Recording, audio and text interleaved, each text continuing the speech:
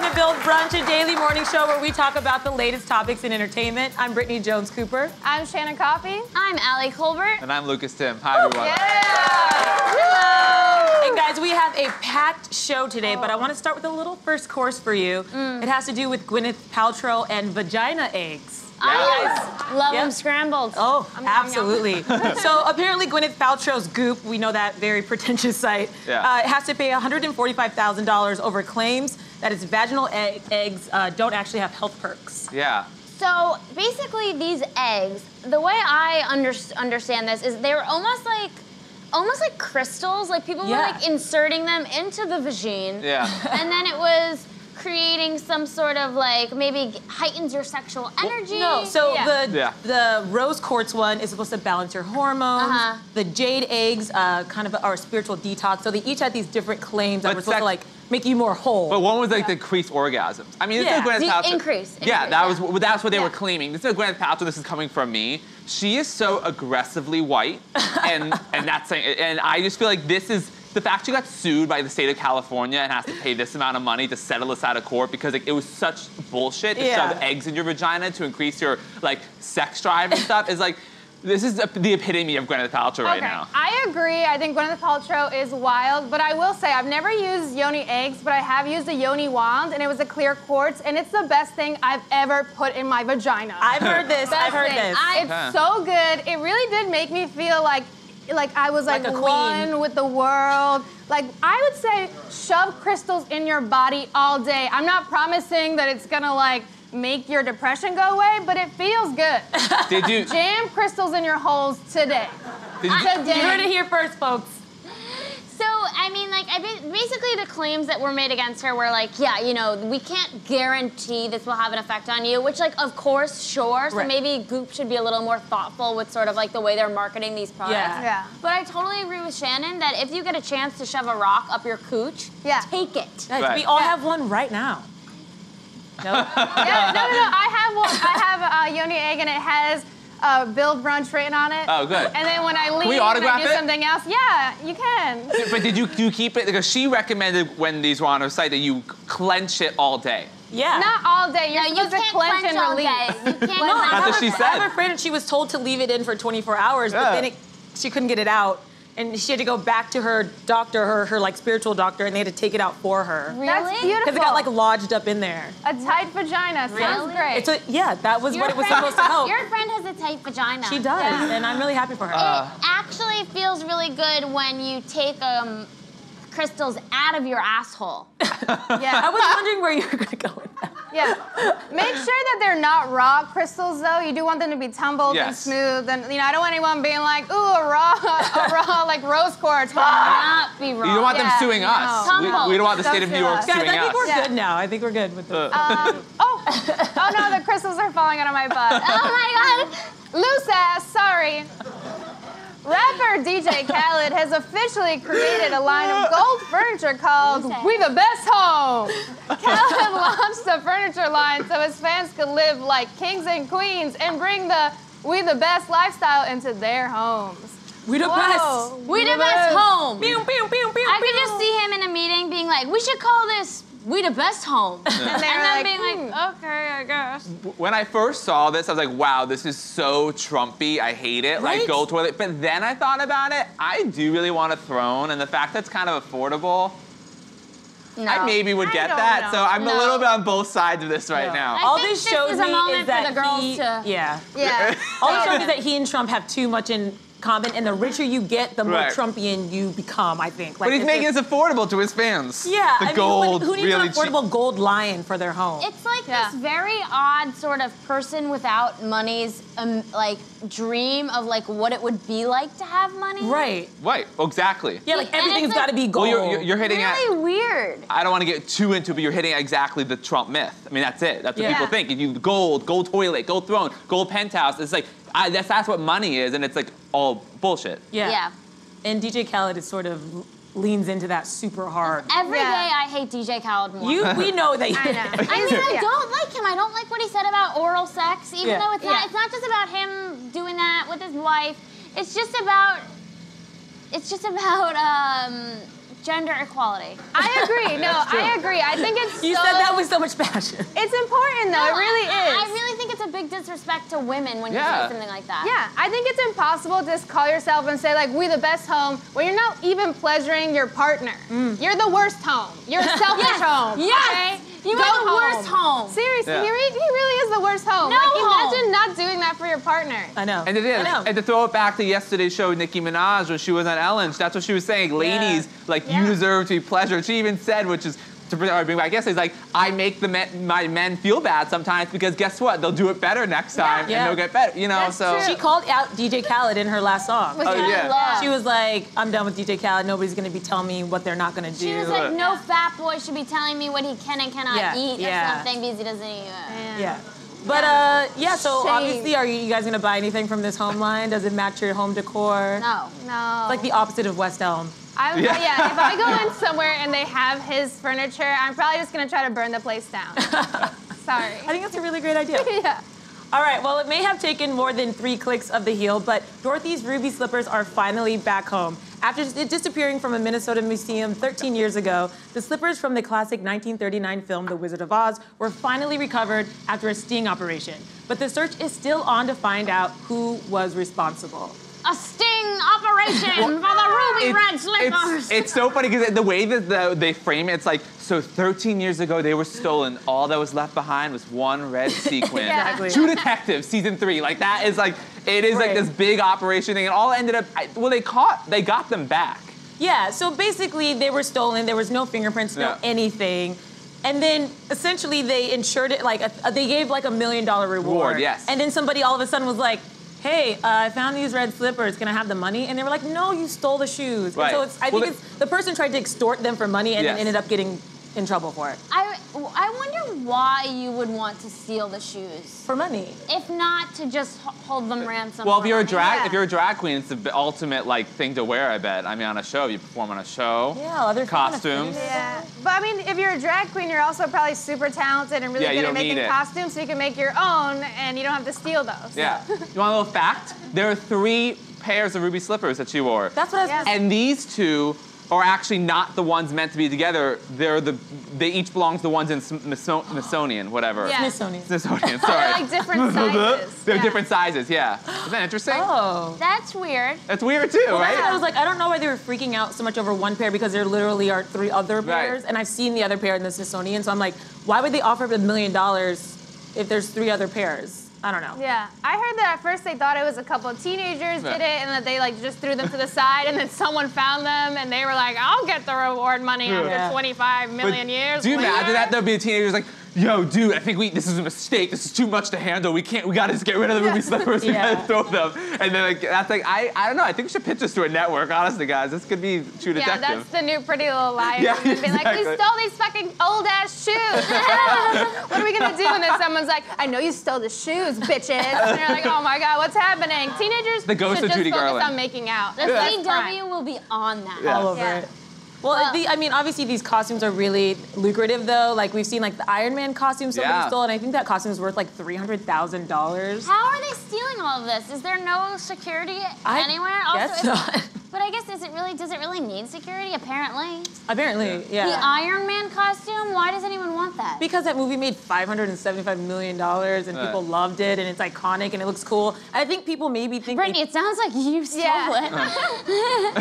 She's like, I don't know, it made $575 million, and it really looks cool, and it fits me perfectly. I'm just saying, if I put it on, I have superpowers, and sometimes I just need superpowers. Well, memorabilia is so life is hard. It is like so lucrative though. But the thing is, though, if you steal it, you can't actually ever really sell it legally. Like, you know, like those like Rock and Roll of Fame people like have auctions off of like Madonna handkerchief or Michael Jackson's sock, whatever, like they own because they got it somehow. This, once you steal it, you can't actually do anything. Once you try to sell it, you are arrested. That is the biggest problem for me whenever I steal heroin. Yeah. It's always like, how am I gonna sell this legally now? Yeah. I think Suburban Housewives will take it off your hands real quick. Yeah, absolutely. And then there was the Francis McDormand Oscar statue was stolen last year, whatever, by a guy who then posted a video of him having it. That guy was living his best life, though. Like, he was not invited to the event or something. But he goes to all of them. He goes to all of them. He takes pictures with all these celebrities, so it really looks like he's a celebrity. Like, that guy was really entertaining. I don't know if you looked at his Instagram. I don't really know that story. It was fantastic. So is this guy basically goes to every single award show, claims that he's long friends with Beyonce, like knows all these people. He says he's a producer. Actor, all this stuff or whatever. And then is at the after party at the Oscars or whatever, and somehow manages to steal Frances McDormand's Oscar, which she won for 3 billboards or whatever, and then post a Facebook video like, yeah, I got my Oscar or whatever. And then he said he won it. Yeah, he won it. And they found him because they clearly, that was stupid. Wow, and she must have left her Oscar though. unattended. My favorite thing is when criminals go online right after the crime or even during the crime and they're like, look at me, I want to be caught. And you're like, what's going on? I know you only have 100 followers, but this is the one thing that's going to go viral. Exactly. Totally. It's fantastic. Yeah. I love it. Well, in other news, actress Amanda Bynes has returned to Twitter, posting a picture of her and Hairspray producer Neil Marin. The former star of The Amanda Show announced that she is 3 years sober and plans to return to acting, so this picture could possibly be teasing her comeback. Amanda Show. I feel like really deeply for her. There's all these rumors of all the trauma that she had to endure as a child actor that would explain some of the behavior and psychological breaks she had. I don't want her to come back to acting. I just want her to move to New Mexico and live on a ranch and collect crystals and just be happy. Yes. Going back into Hollywood is going to be horrible. I do not want her back in Hollywood. No. I want her to just find peace somewhere, not on Lindsay Lohan's island. I just want her to have a quiet moment. We're the same. Yeah. But Lindsay Lohan's having so much fun dancing. There are these stars that I think millennials grew up with. You know, Amanda Bynes is one of them. Lindsay Lohan comes to mind. That we've watched grow up and we've watched Hollywood just chew them up and spit them out. And it's honestly, it gets very cringeworthy now to see them and the breakdowns. Because we love them so much. Yeah. I wish there was a space for them to come back in a healthy environment. And I feel like now there is a possibility, hopefully, I think that she, deserves happiness, but obviously she wants to act. And she's so talented. Everything she's in, she kills. I think it's for her to be happy, I think we owe her a spot where someone's not going to be ruining her life or the media is not going to be destroying her for things that clearly weren't her fault. Yeah, I agree with Shannon on that. I think if she, apparently she's a great relationship with her parents now. Her mom's still a conservator, over her estate and her health or whatever. And if they're in a good relationship and she's actually in a very healthy relationship, she deserves to do whatever, any woman deserves to do whatever she wants. Yeah. And like you said, She's the Man, The Amanda Show, Hairspray, all these great movies and TV shows that she was so... Easy A was her last acting credit. She's so talented, so funny that I don't know. I remember when that breakdown so sad. That was it was a mental breakdown. Absolutely. It was so sad to watch. Yeah. It was not a tragic story. It was which of course anything with alcohol, it's sad. But this was on another level. Yeah, I remember watching The Amanda Show growing up and wanting to be a comedian and seeing that, and I was this is so awesome. This is young girl. She has her own sketch show. What was your favorite Amanda Show sketch? I like Moody's Point. And I know the girls room. Yeah. And then there's one girl and they try and talk to her and she's just I like eggs. And Judge Trudy. Yeah. Judge Trudy? Yeah, that was good. I loved She's the Man. With Channing Tatum, right? Yeah. And that was his first role. Channing. Yeah. So cute. She was great in that movie. Yeah. Well, we're wishing her well. I just hope, like she said, I think she said in another interview previously that she wants to maybe do guest spots on her favorite shows, kind of ease back in slowly instead of taking on her own. Yes, I also read that interview, and in it, she was like, I would love to do guest spots and also be the star of a TV show. Yeah. She was I'll do a few guest spots and then have my own big TV show. But she can say that she's done it before, It's she can probably handle it. So we'll see. I don't know. We're all for Amanda. Yeah. Well, I got a weather forecast for you guys. It's sunny with a chance of pies for Al Roker. The Today Show weatherman is taking his act to the stage in the role of Old Joe for the Broadway musical Waitress. He shared the sweet news on none other than Today's Show, so let's take a look. And the show has a big announcement today. Really big star joining the cast. And that star is born right here, right now. Y'all ready? Yep. Yes. All right, huge star, come on out!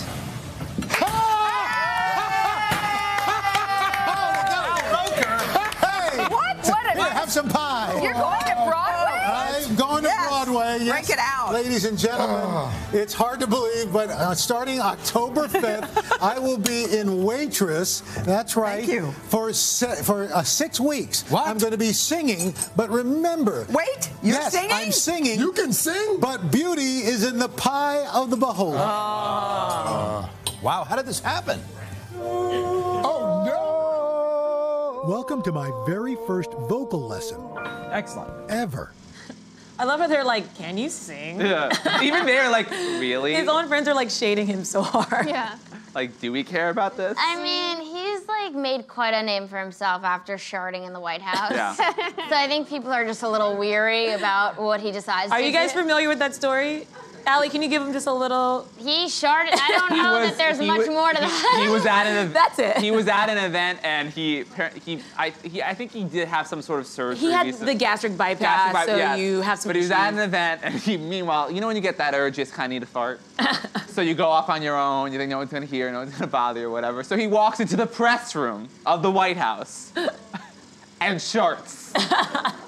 And then walks to the bathroom, throws out his underwear. Took off his underwear and left them in the White House trash can. Oh, no. I mean, honestly, I would say it's the most disrespecting thing to have in the White House, but it isn't now. Yeah. Because who's our president now? But yeah, Al Roker, you know, cool. Maybe he'll give the weather forecast during the play. I don't know. Why do men shart so much, though? I have a real question. Why do men shart so much? I feel like I don't know any women who sharted, and every man is like, oh, I just sharted again You know for what the I third think time today, and I'm like, fix yourself. I think a lot of men don't have an embarrassment about farting, which I think I do.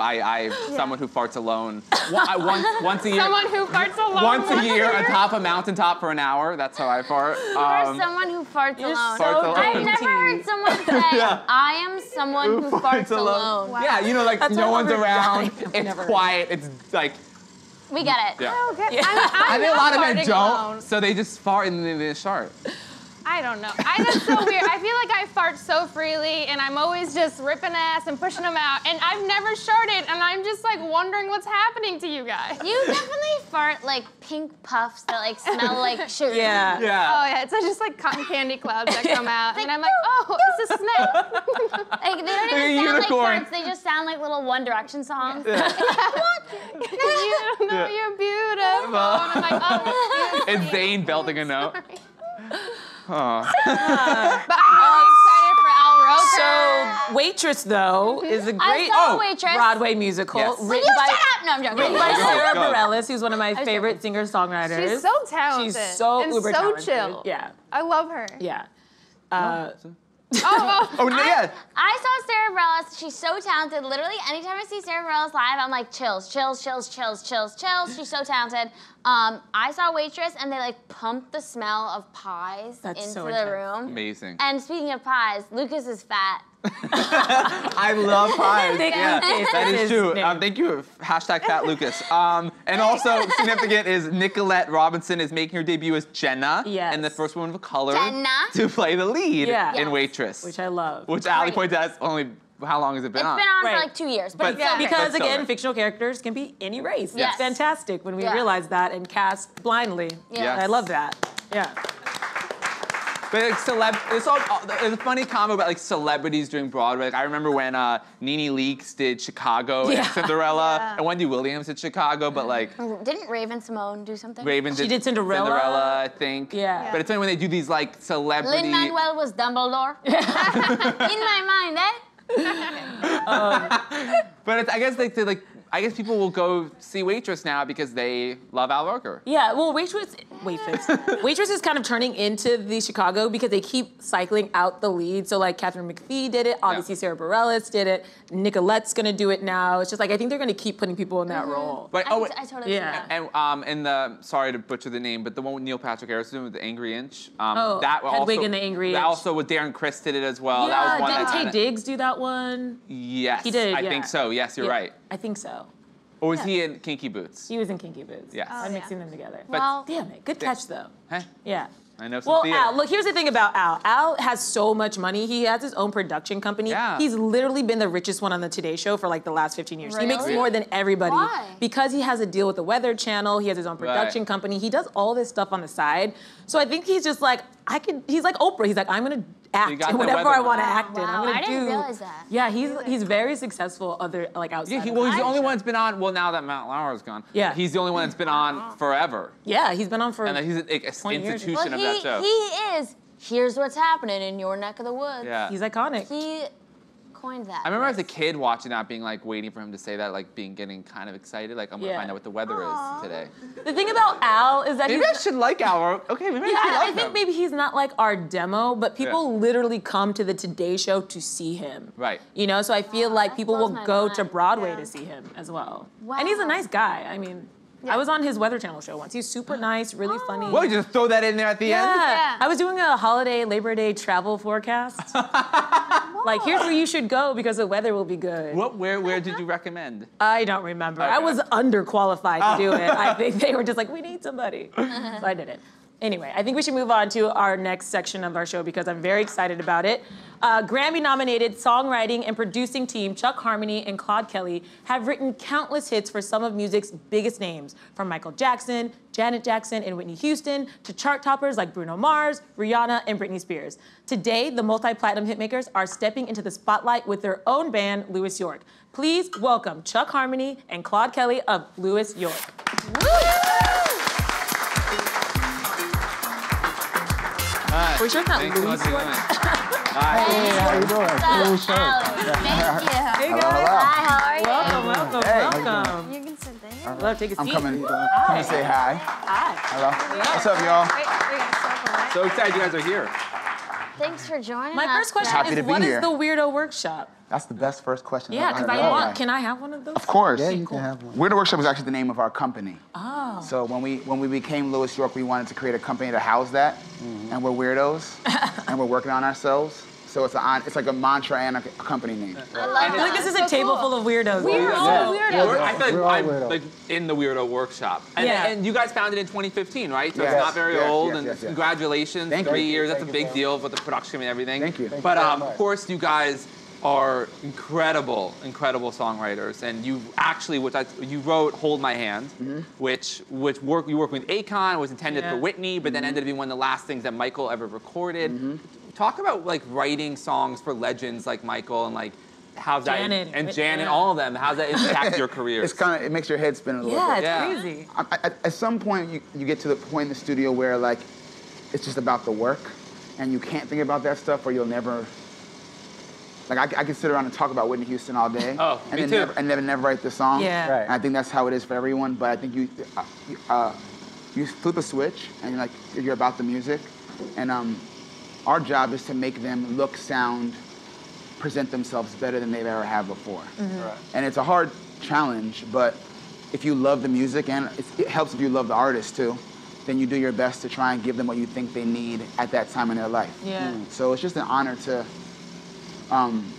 have songs that people believe in and then make their own like that. And that happened really early in our career. Right. So at the very beginning, So when you're writing songs for yourselves, is it just like a little bit more freer? Is there more pressure because you're like, well, now we're trying to like set ourselves in the front stage? Yeah. Like, what's the difference between when you know you're writing for yourself? For me, it's easier because I get to be myself, and what's easier than being yourself other than getting over the fear of being yourself? And so when we're in the studio and it's just for Louis York, then we're able to cater to our own things that make it comfortable for us to just be free and to create something different and cool.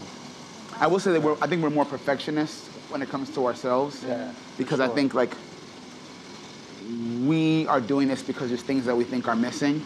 So we want to make sure that like when we put something out, it's really, really deliberate and specific. So we'll beat ourselves up more about our stuff just because it's your baby. Plus you got the time to beat yourself up. And you have the time to beat yourself up. Usually, if you're doing it for Janet, then you're on her schedule. She needs it by this date, and and at some point it is what it is, and you let it go.